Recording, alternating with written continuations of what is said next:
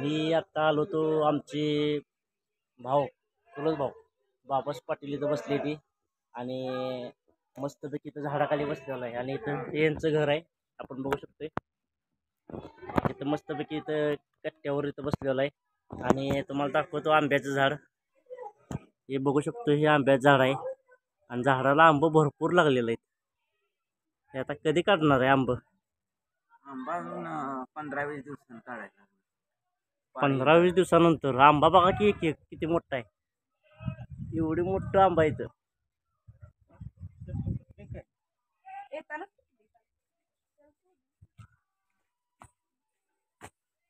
हे कुठला आंबा आहे रे? आंबा आहे. हापूस आंबा आहे. हो. कराडला कधी जात आहे? आता 2 तारखेला जायचं.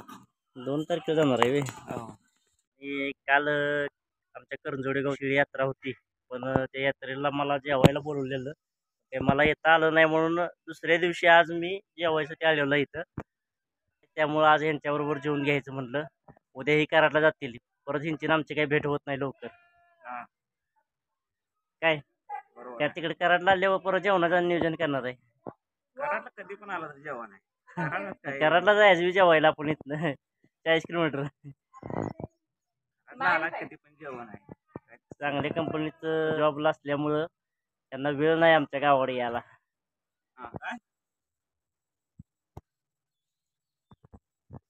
कॉलेजला जायला एक ड्रेस घेऊ की आपलं चांगला आहे. हाय की एक आता कॉलेज जायसारखा आपला मापात एखादा बाच्याला फोन केला की बाच्याला आता आम्ही जेवून बाहेर बसलेलो आहे आणि आमच्या बाबास पाटलांचं वाचा आली ती एडी निपाणीवरून. आता त्यांचा मोबाईल घेतला आता 1.5 GB आपलं तुमचं नेट आहे ते पूर्ण संपवणार आहेत आता. काय जेवणार आहे का आपलं? अजून जेवणार नाही वाटतं. आज राहणार आहे वाटतं. त्यांची बाहेरच्या गावाला झोप लागत नाही. थोडं झोप लागत नाही एडीने पाणीच लागते.